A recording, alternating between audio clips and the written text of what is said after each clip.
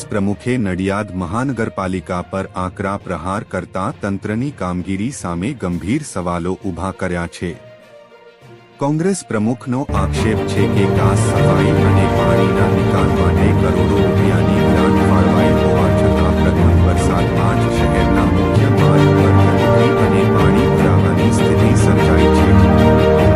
તેમણે જણાવ્યું કે નડિયાદના મુખ્ય માર્ગ પર આવેલી કાસમાં ગંદકીનું સામ્રાજ્ય જોવા મળી રહ્યું છે, જેના કારણે વેપાર ધંધા પર માઠી અસર પડી રહી છે। દુકાનદારો અને રોજિંદા રોજગાર પર નિર્ભર લોકોની રોજગારી પણ ખોરવાઈ રહી છે। શહેરના મહત્વના માર્ગ પર કામગીરી ધીમી ગતિએ ચાલતી હોવાથી સ્થાનિકો અને વેપારીઓમાં પણ નારાજગી જોવા મળી રહી છે। કોંગ્રેસ પ્રમુખે વધુમાં સવાલ ઉઠાવ્યો કે અગાઉ મહાનગરપાલિકાને પાણીના નિકાલ માટે અંદાજે 50 કરોડ રૂપિયાની ગ્રાન્ટ આપવામાં આવી હતી, તો તે રકમનો ઉપયોગ ક્યાં કરવામાં આવ્યો? હવે કાસ સફાઈ અને સંબંધિત કામગીરી માટે ફરી 150 થી 200 કરોડ રૂપિયા જેટલી રકમ ફાળવવામાં આવી હોવાનો દાવો કરતા તેમણે પૂછ્યું કે આ ગ્રાન્ટ વપરાઈ ક્યાં અને તેનો હિસાબ જનતા સમક્ષ કેમ મૂકવામાં આવતો નથી। તેમણે નડિયાદ મહાનગરપાલિકાને ગુજરાતમાં ભ્રષ્ટાચારમાં અગ્રેસર ગણાવતા ગંભીર આક્ષેપો કર્યા। કોંગ્રેસ પ્રમુખના જણાવ્યા મુજબ જ્યારે આ કાસ પર આવેલી દુકાનો તોડવાની કામગીરી હાથ ધરાઈ હતી ત્યારે 15 જેટલા જેસીબી અને 200થી વધુ કર્મચારીઓનો કાફલો કામે લગાડવામાં આવ્યો હતો, પરંતુ હાલ કાસની સફાઈ માટે માત્ર એક જેસીબી અને થોડાક માણસો દ્વારા ગોકળગતિએ કામગીરી કરવામાં આવી રહી છે।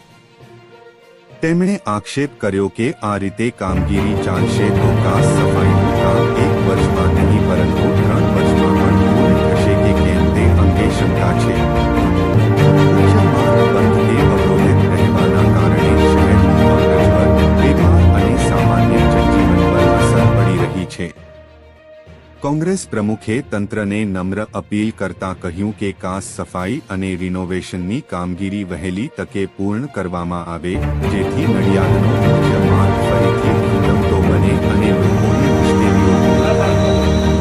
હાલ આ મુદ્દે મહાનગરપાલિકા તરફથી સત્તાવાર પ્રતિક્રિયાની રાહ જોવાઈ રહી છે, પરંતુ વરસાદી સિઝનની શરૂઆતમાં જ કાસ અને પાણીના નિકાલની સમસ્યાએ નડિયાદ શહેરમાં તંત્રની તૈયારીઓ પર ગઈકાલ રાત્રે જે વરસાદ પડ્યો ત્યારબાદ અત્યારે કામની કામગીરીને લઈને વેપારીઓમાં રોષ જોવા મળ્યો છે। આ વરસાદ પડ્યો એનો પ્રશ્ન નથી, આ પ્રશ્ન છે આયોજન। વર્ષ 2025ની અંદર જ્યારે નડિયાદ નગરપાલિકામાંથી મહાનગરપાલિકા બન્યું ત્યારે માત્ર પાણીના નિકાલ માટે 50 કરોડ રૂપિયા પાસ કરવામાં આવ્યા છે। 859 કરોડ રૂપિયાની જે ગ્રાન્ટ ફાળવવામાં આવી નડિયાદ મહાનગરપાલિકાને પ્રથમ બજેટમાં, એમાં 50 કરોડ રૂપિયા પાસ કરવામાં આવ્યા। પહેલા તો તંત્રને મારે પૂછ્યું કે 50 કરોડ રૂપિયા વાપર્યા ક્યાં?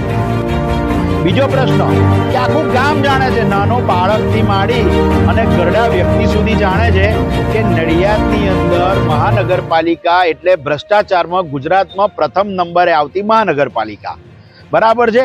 અને આ રોડ ઉપરના દરેક વેપારીઓને અત્યારે એક વ્યક્તિગત ઇન્ટરવ્યુ લેવા કે વ્યક્તિગત પૂછવાથી એવું જાણ મળશે જ ચોક્કસ કે બધા અત્યારે તંત્રથી ખૂબ નારાજ છે, પણ દરેક વેપારી બી ગયેલો છે। કારણ કે કોઈ પણ વેપારી જો અત્યારે ઇન્ટરવ્યુ આપે કે વેપારી અત્યારે બોલવા જાય તો રાત્રે જ તેમના ઉપર ધમકી ભર્યા ફોનોનો શરૂઆત થઈ જાય છે। વેપારી બોલી નથી શકતો। નડિયાદ સ્વતંત્ર નથી રહ્યું। નડિયાદની અંદર માત્ર ને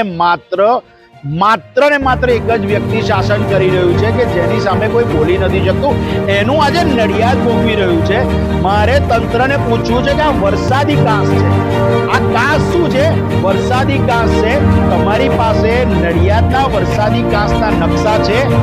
ચલો નકશા છે તો તમે આખું વર્ષ દરમિયાન કેટલી વાર સાફ કર્યો તેનો કોઈ રેકોર્ડ છે?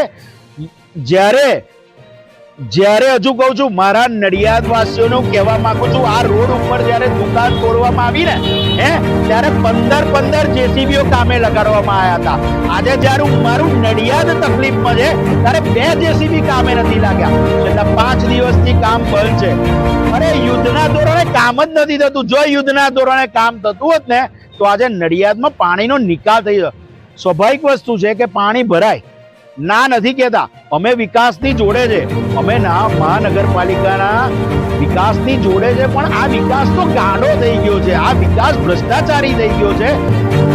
51 સભ્યો ચૂંટાયા છે, તેમનું કામ શું છે? ચૂંટાયા પછી ગટરો સાફ કરાવી, સ્ટ્રીટ લાઇટો સાફ કરાવી, તો શું અધિકારીઓનું કામ શું છે? માત્ર ટકાવારી લેવાની? ના, આજે નડિયાદની અંદર ગટરો સાફ કરવી, આ બધું આયોજન કરવું મહાનગરપાલિકાના અધિકારીઓનું છે. હું આક્ષેપ કરું છું, ઓફિસમાં બેઠા બેઠા નડિયાદનો વિકાસ નહીં થાય. અને નવા આવેલા કમિશનર સાહેબને પણ નમ્ર વિનંતી છે કે આ કાસ 3 વર્ષે પણ આ જ પરિસ્થિતિમાં રહેશે, કારણ કે આખા ગામની ગટરોનું જોડાણ અહીં આપેલું છે.